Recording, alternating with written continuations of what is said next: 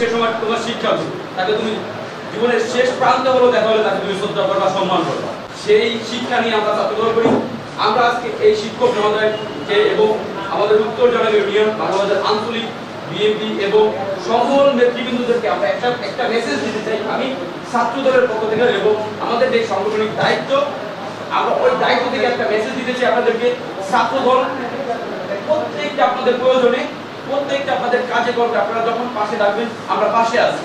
এবং কি প্রত্যেকটা শিক্ষা প্রতিষ্ঠান, প্রত্যেকটা মন্দির, গির্জা, মসজিদ যেখানেই উঠে না কেন আমরা আপনাদের পাশে সর্বদা কাজ করার জন্য অঙ্গীকার করছি। এই অর্থ কলেজে যে সুনামধন্য একটা কলেজ, এই কলেজে শিক্ষক মহোদয়কে আমি একটা মেসেজ দিতেছি এবং নবনিযুক্ত অধ্যক্ষ প্রফেসর মনিরুল স্যারকে একটা মেসেজ দিয়ে যেতে চাই।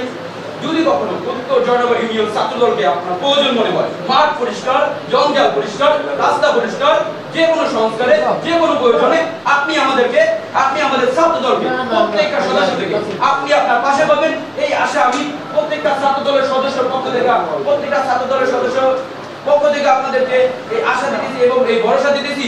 আমরা যে কোনো মুহূর্তে, যে কোনো প্রয়োজনে এই কলেজের সার্বিক পরিস্থিতি, সার্বিক যে সকল কার্যক্রম আছে, বিভিন্ন সময় বিভিন্ন প্রয়োজনে যখন হোক আমাদেরকে আপনি রাখবেন।